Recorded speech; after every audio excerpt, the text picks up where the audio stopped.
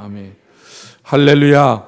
오늘 거룩한 주일 주님 앞에 나와 기쁨과 감사함으로 예배하는 여러분 주님의 이름으로 축복합니다.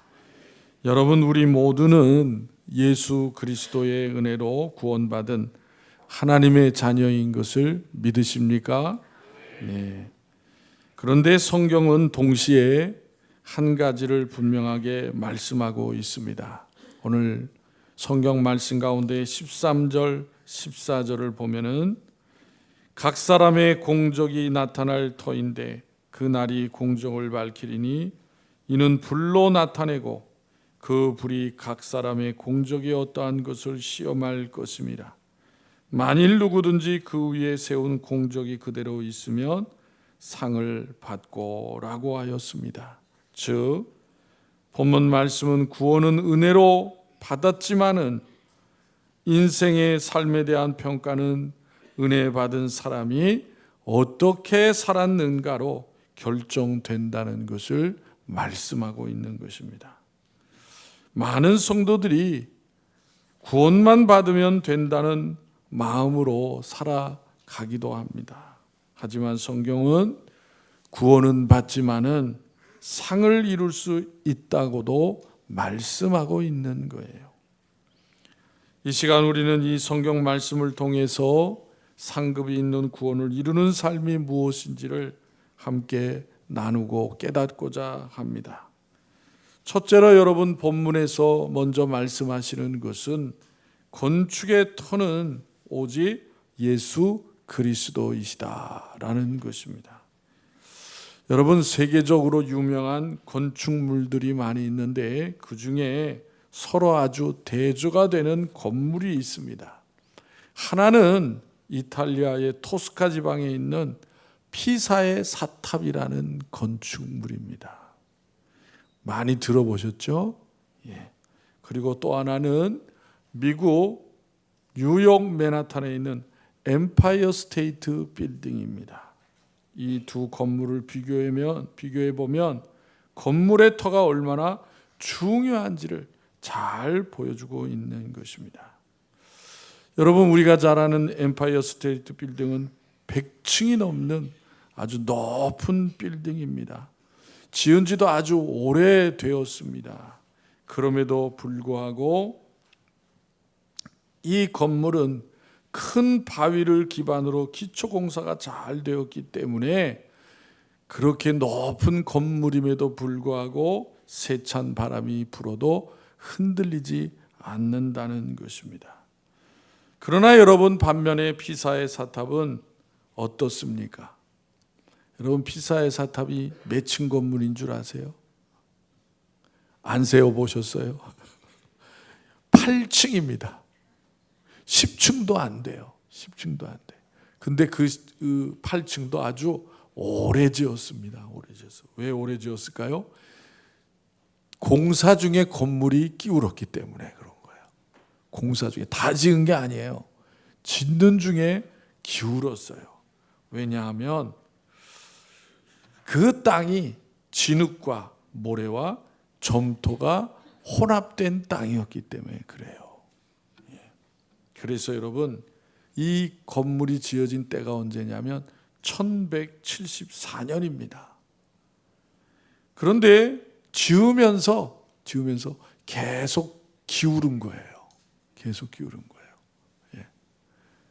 그래서 지금은 5도 정도 기울어져 있습니다. 5도 정도. 조금씩 기운 게 5도가 된 거예요. 그래서 우리가 잘 아는 사진을 보면 삐딱하게 서 있는 것입니다. 왜 무너지지 않을까요? 공사 중에 기울어졌기 때문에 그 보완 공사를 한 거야. 예, 보완 공사를요. 그래서 그 오래도록 또 지었기 때문에 그 땅 속에 있는 점토가 굳어졌대요. 짓는 중에 굳어졌대요.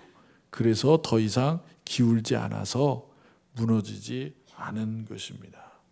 그래서 여러분, 이 비교를 통해서 터를 잘 닦는 것이 얼마나 중요하냐라는 것을 알 수가 있어요. 그와 마찬가지로 우리의 신앙도 그와 같다는 것입니다. 튼튼하고도 확실하고 흔들리지 않고 무너질 수 없는 터전 위에 신앙의 집을 지어야 한다는 것입니다. 그런데 여러분, 세상 사람들은 인본주의적인 터를 닦아서 그 위에 자신의 인생, 자신의 미래를 건축하고자 합니다. 인본주의적 터라는 것은 인간의 철학이나 학문이나 수양이나 노력 등의 자립으로 이룬 터 위에 자기의 인생의 집을 짓고자 하는 것을 말합니다. 이에 대해 그러면 성경에서는 뭐라고 말씀하실까요? 골로새서 2장 8절에 이렇게 말씀하고 있습니다. 우리 같이 읽겠습니다. 함께 시작. 누가 철학과 헛된 속임수로 너희를 사로잡을까 주의하라. 이것은 사람의 전통과 세상의 초등학문을 따르며 그리스도를 따름이 아니니라. 예.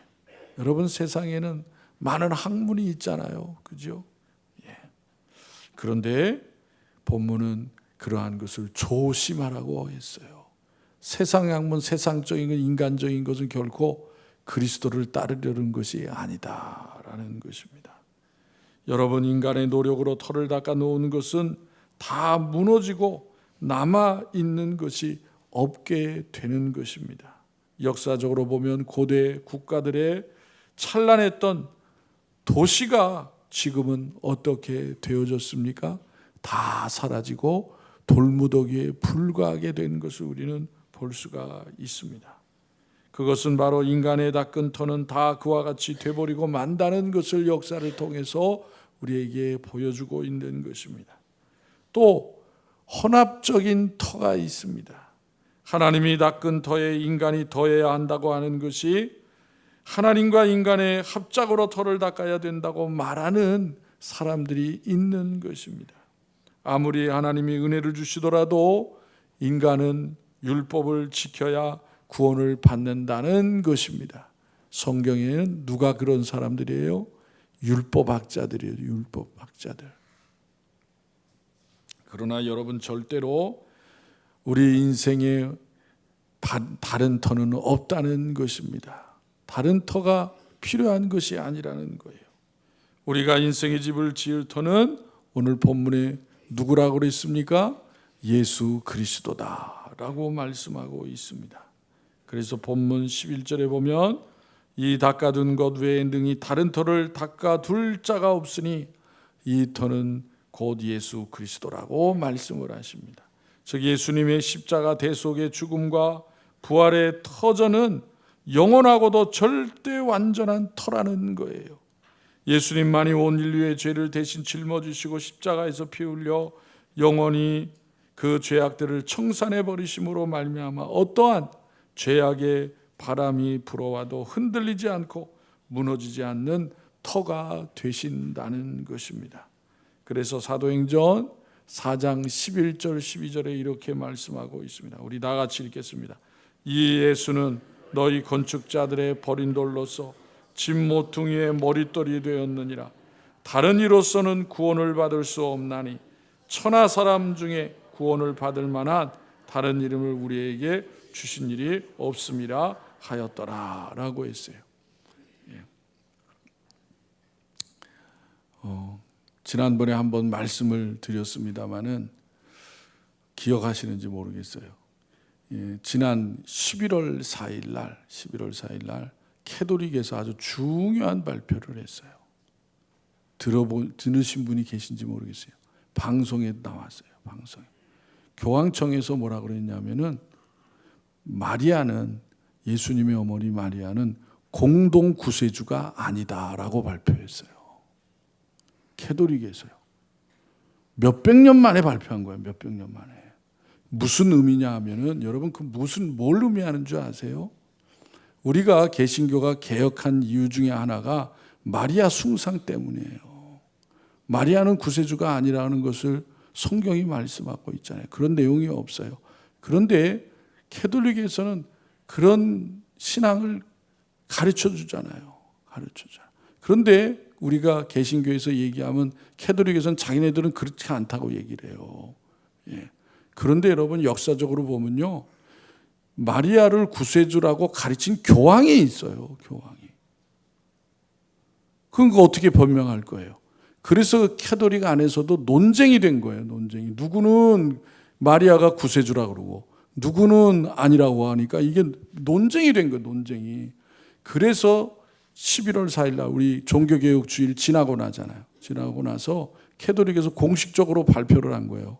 공동 구세주가 아니다. 예. 어떤 분은 그런 질문을 하죠. 예.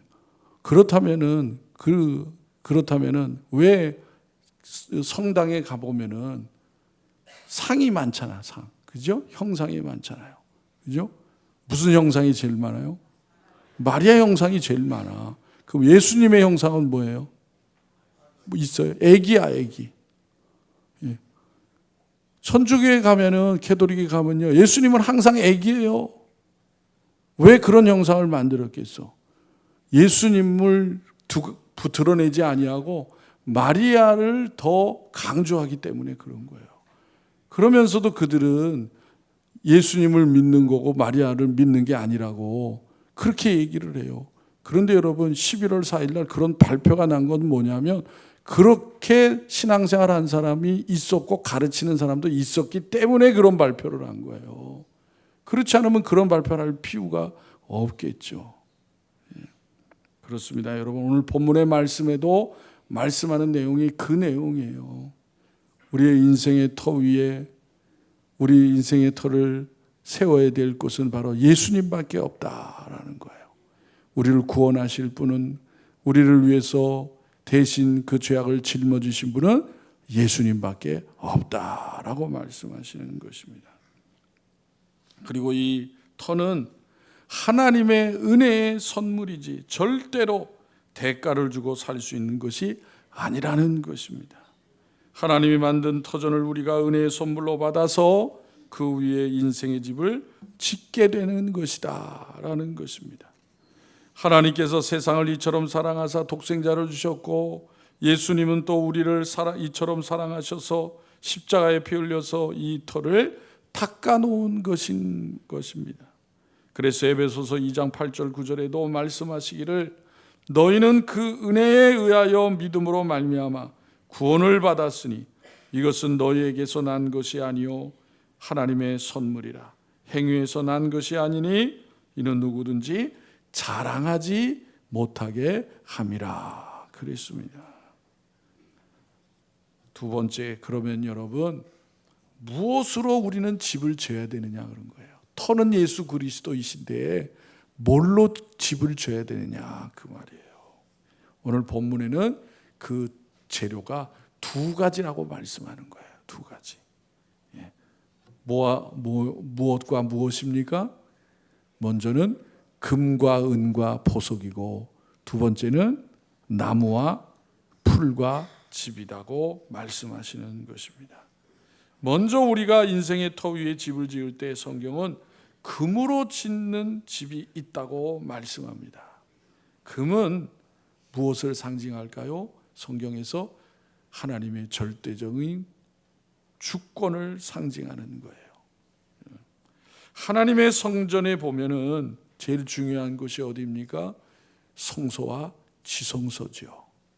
그런데 성소와 지성소는 다 모든 것이 금으로 장식되어 있습니다. 성소와 지성소는 지성소가 금으로 되어 있다고 하는 것은 하나님의 신성을 나타내는 것입니다. 그런데 여러분, 하나님은 우리에게 어떤 분이세요? 사랑의 하나님이세요. 사랑의 하나님. 그래서 금은 바로 사랑을 표시하는 것이라고 할 수도 있는 것입니다. 하나님의 사랑 때문에 인간이 그 성소에 제물을 드려서 그 죄악들을 사함받게 되어지는 장소가 바로 성전이고 성소이잖아요. 그렇죠? 그래서 우리가 금으로 집을 짓는다는 것은 예수님을 믿되 우리 신앙 중심이 사랑으로 실천하는 신앙을 가져야 된다라는 것을 가르쳐 주시는 거예요. 사랑이라고 하니까 뭐 대단한 일을 해야 사랑을 하는 사람이다라고 말하지는 않는 것입니다. 중요한 것은 우리의 가장 가까운 곳에, 내가 있는 현 자리에서 가장 가까이 있는 사람에게 사랑을 베풀어야 되는 것입니다. 즉 여러분, 우리의 가까이에 누가 있습니까? 가족이 있고 형제가 있고 친구가 있고 이웃이 있잖아요. 그들에 대해서 이해하고 동정하고 인내하고 사랑하는 사랑의 생활이 금으로써 집을 짓는 것이다 라고 말씀하시는 거예요. 마태복음 25장 34절에서 40절에 보면은 예수님께서 오른편과 또 왼편에 있는 사람들을 향해서 말씀을 하신 내용이 나옵니다. 오른편에 있는 사람들에게 이르기를 너희는 내 아버지께 복을 받을 자들이다. 내가 줄일 때에 너희가 먹을 것을 주었고 목마를 때에 마시게 하였고 나그네 되었을 때에 영접하였고 헐벗었을 때에 옷을 입혔고 병들었을 때에 돌아보았고 옥에 갇혔을 때에 와서 보았느니라 라고 말씀을 하세요. 그러자 의인들은 오른편에 있는 사람들은 대답하기를 주여 우리가 어느 때에 주께서 줄이신 것을 보고 음식을 대접하였으며 목마르신 것을 보고 마시게 하셨습니까? 어느 때에 나그네 되신 것을 보고 영접하였으며 헐벗으신 것을 보고 옷 입혔나이까? 어느 때에 병드신 것이나 옥에 갇히신 것을 보고 가서 배웠나이까? 라고 물었습니다. 그러자 예수님께서 대답하기를 내가 여기 내 형제 중에 지극히 작은 자 하나에게 한 것이 곧 내게 한 것이라 라고 말씀하신 거예요. 여러분, 우리가 사랑을 베풀고 산다는 것은 바로 이와 같이 이웃을 나보다 또 어려운 사람, 고통 가운데 있고 외롭고 버림받은 사람들에게 사랑과 도움을 베푸는 삶이 바로 예수님을 모시는 삶이요 금으로 집을 짓는 삶이다 라고 가르쳐 주시는 것입니다. 그래서 우리 가까이 가족에 남편이 있고 아내가 있잖아요. 남편도 사랑이 필요하고 아내도 사랑이 필요하고 자녀도 사랑이 필요하고 이웃도 사랑이 필요한 것입니다. 그 같은 필요한 사람들에게 사랑을 나누라는 것입니다. 아름다운 신앙의 찬란한 보석으로 단장한 것은 그래서 보석으로 집을 짓는 것이다 라는 거예요. 이사야서 61장 10절에 보면 이렇게 말씀합니다. 내가 여호와로 말미암아 크게 기뻐하며 내 영혼이 나의 하나님으로 말미암아 즐거워하리니 이는 그가 구원의 옷을 내게 입히시며 공의의 겉옷을 내게 더하심이 신랑이 사모를 쓰며 신부가 자기 보석으로 단장함 같게 하셨음이라 라고 하시는 거예요.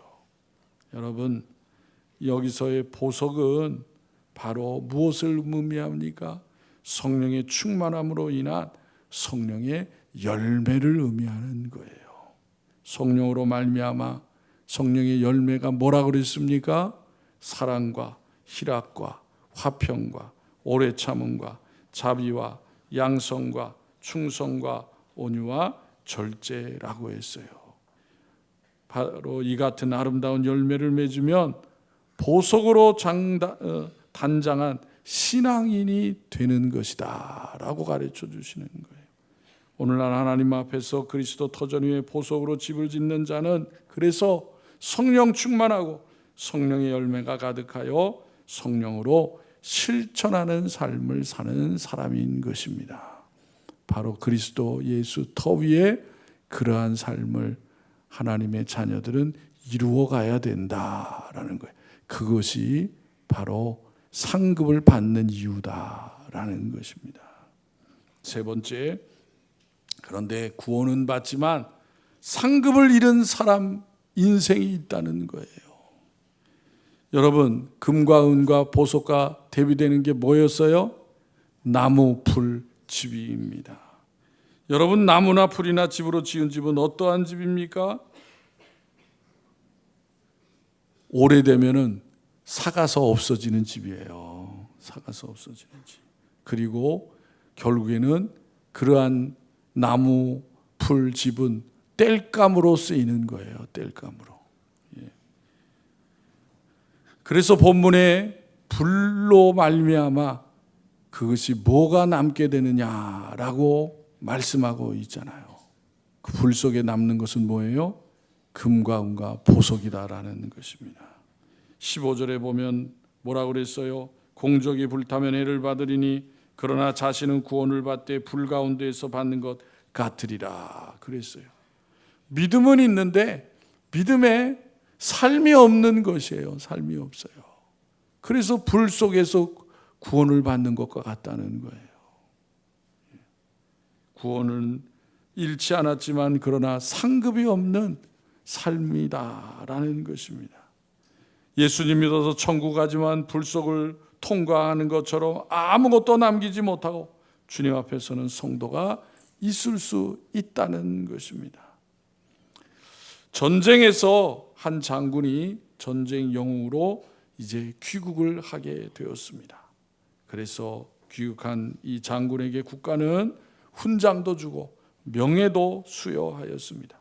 그런데 같은 전쟁을 치렀던 또 다른 병사는 살아 돌아오기는 해야 했지만 아무 공적이 없는 거예요. 둘 다 나라를 위해서 싸웠지만 살아온 방식과 공적이 다르기 때문인 것입니다. 마찬가지로 천국에 들어간 모든 성도가 같은 영광을 누리는 것은 결코 아니라는 것입니다. 졸업식장에 가면은 학생들이 이제 졸업을 하는 가운데 어떤 학생은 장학금도 받고 대학 장학금도 받고 또 어떤 학생은 우수상도 받고 또 어떤 사람은 봉사상을 받는데 어떤 학생은 아무것도 받지 못해요. 개근상도 못 받아.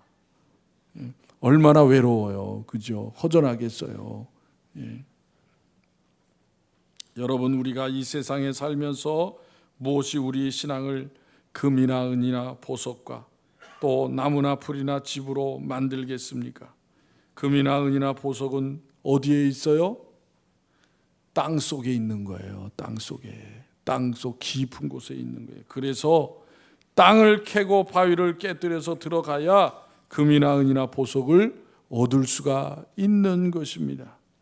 우리 사람들 속에는 잠재적으로 금이나 은이나 보석이 들어 있습니다. 그러나 금이나 은이나 보석 같은 신앙생활을 하려면 땅을 캐야 되고 바위를 깨뜨려야 되는 것처럼 우리가 깨어지고 파헤쳐져서 우리 속에 금이나 은이나 보석을 캐내야 하는 것입니다.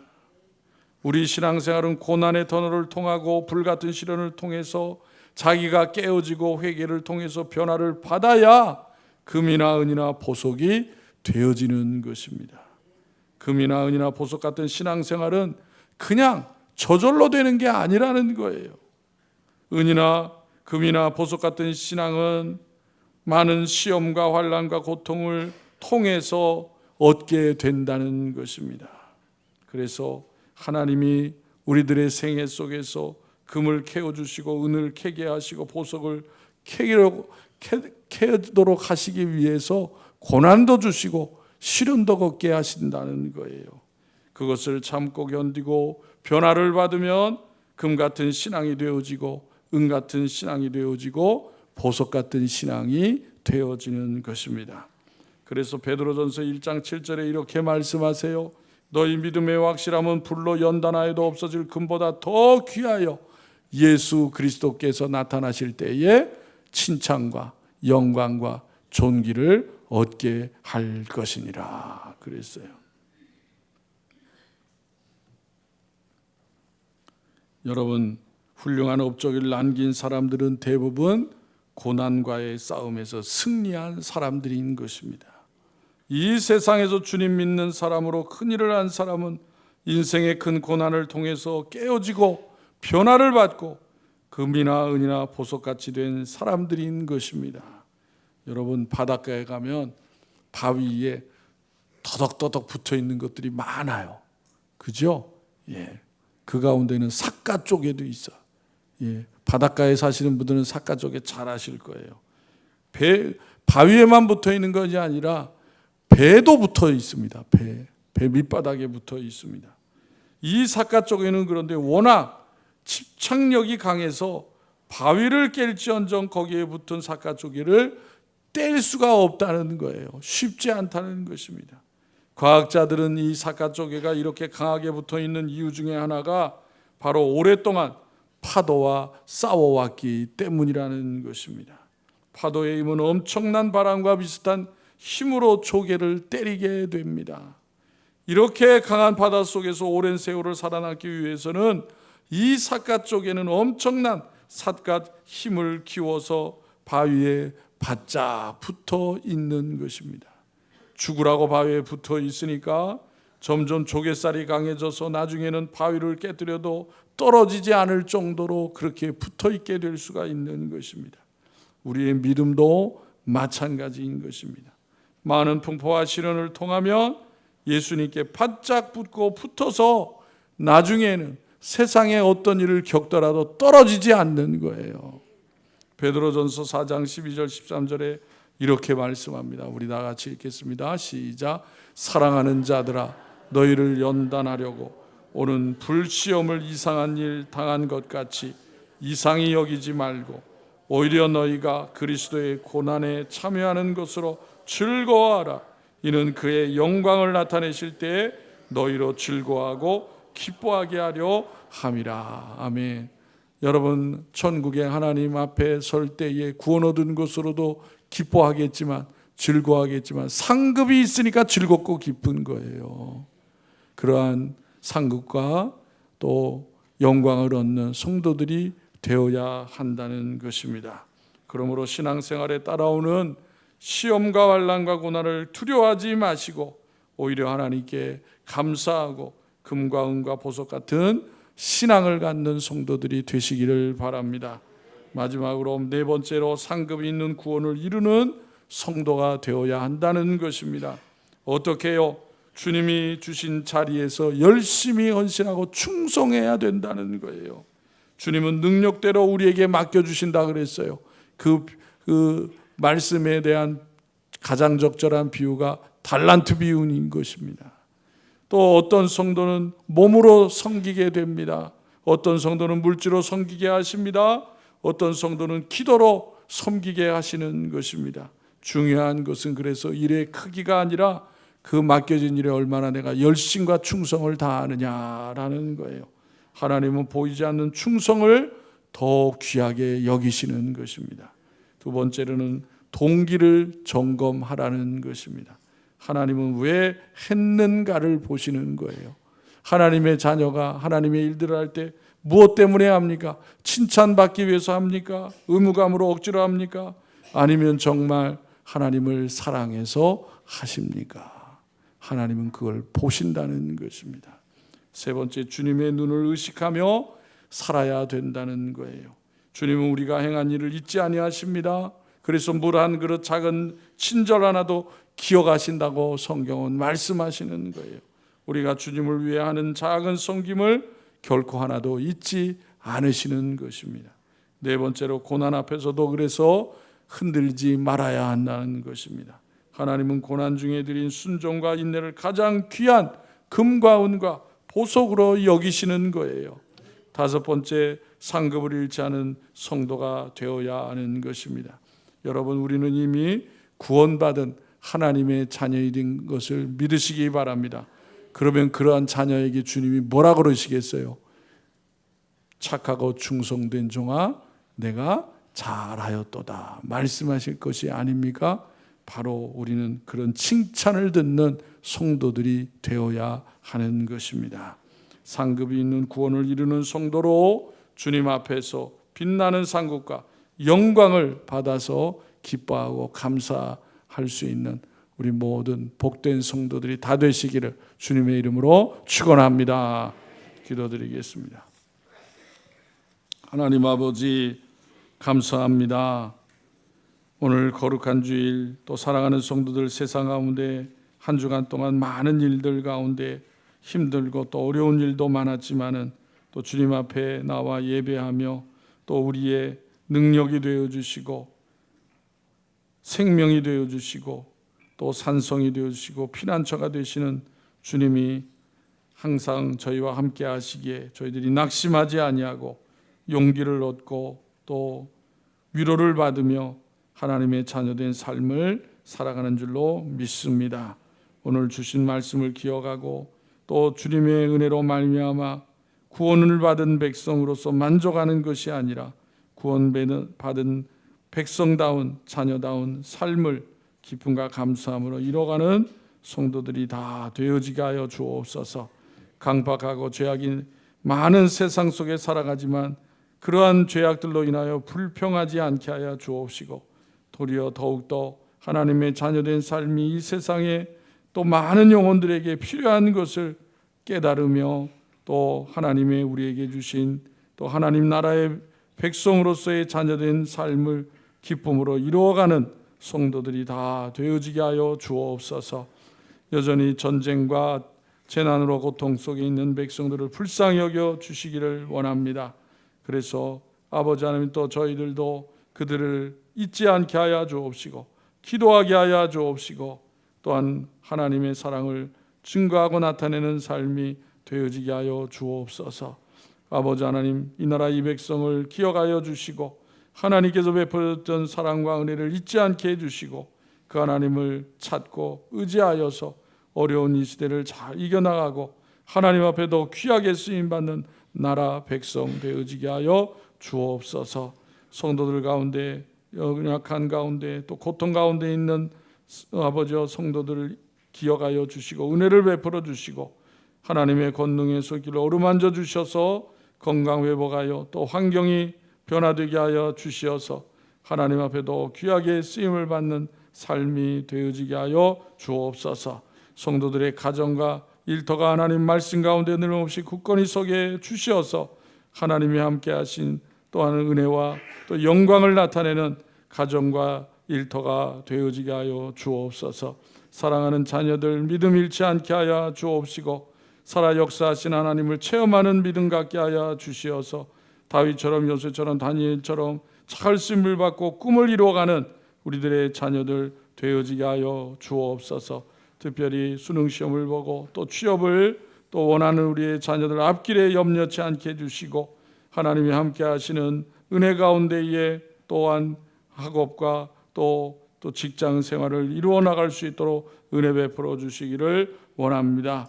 아버지 하나님 주님의 핏값으로 사신 교회를 기억하여 주시고 이 땅에 주님께서 교회를 통하여 많은 영혼들을 구원하는 그 사명 잃지 않게 하여 주시옵시고 많은 영혼들을 주님 앞에 인도하며 또 아버지 하나님 나라를 위하여 잘 쓰임을 받는 교회와 성도들이 되어지게 하여 주옵소서. 우리의 생명과 능력 되시는 예수님의 이름으로 기도하옵나이다. 아멘.